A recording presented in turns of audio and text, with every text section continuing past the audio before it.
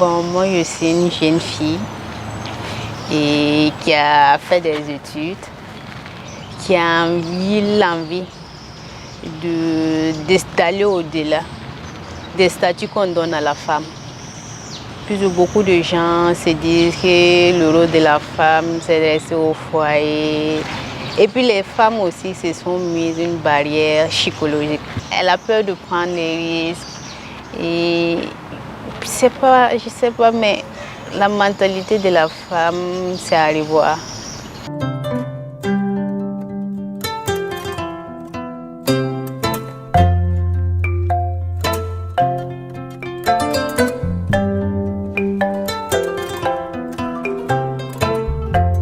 Je suis Sauro Fatimata. Je suis la promotrice d'une unité de production d'oignons et du piment frais. Depuis l'enfant, mon rêve c'était de devenir docteur.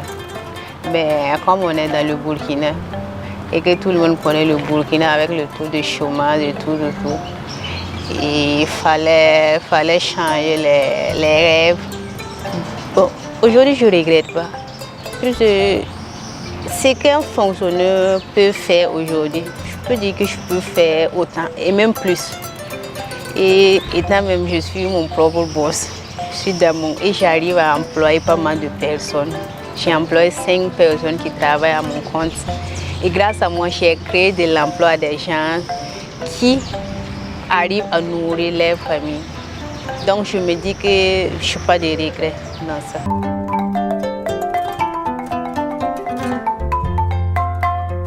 Kaya représente mon repère, mon origine, la terre qui m'a vu naître.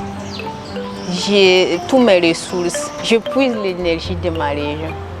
J'ai tout, je connais la ville, je suis née. Donc je me sens plus à l'aise dans ma localité que nulle part ailleurs.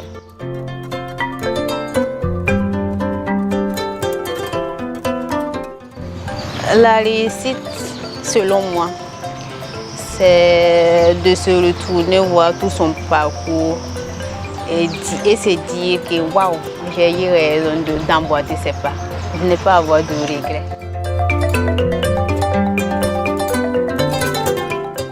Le message que j'ai adressé à la jeunesse cayalaise, c'est tout d'abord de toujours oser. Parce que j'ai remarqué beaucoup, on peut de se lancer dans certaines activités. Et avec ça, ils n'arrivent pas à saisir les vraies opportunités.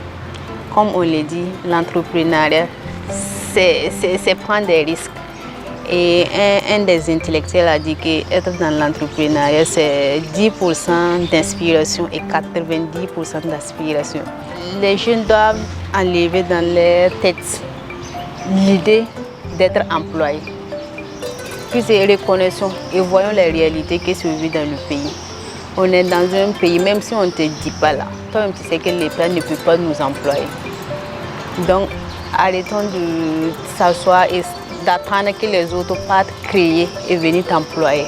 On a tous cette capacité de faire quelque chose de nous-mêmes et d'arrêter de sous-estimer les métiers. Il n'y a pas de sous-métier. Tout métier que tu te lances à fond et que tu te donnes réellement les vrais objectifs à atteindre, c'est ton métier. Tout métier nourrit son homme. Ça dépend de comment tu vas te lancer dedans.